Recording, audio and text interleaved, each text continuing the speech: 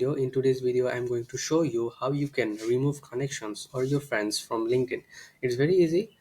Just be with me. First of all, open a browser, and after opening the browser, you need to uh, go to LinkedIn. Okay, you need to log into your LinkedIn. So this is my LinkedIn account, and from there are two or three steps.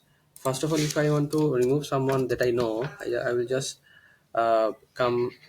just type his name, and his account will come in front of me.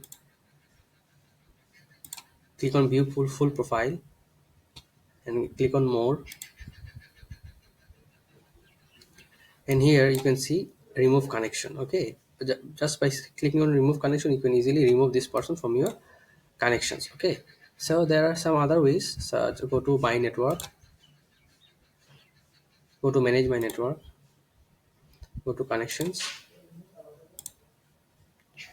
and click on these three dots and click on remove connection. So here by clicking on here or here, you can remove as many connections as you want. So you just want to remove this person, you just click on here, and you can go to you can just click remove connection. This is so very simple steps of removing your connections from LinkedIn. So if you like this video, be please share with your friends and family, and do let us know what kind of LinkedIn videos you like from us. Thank you.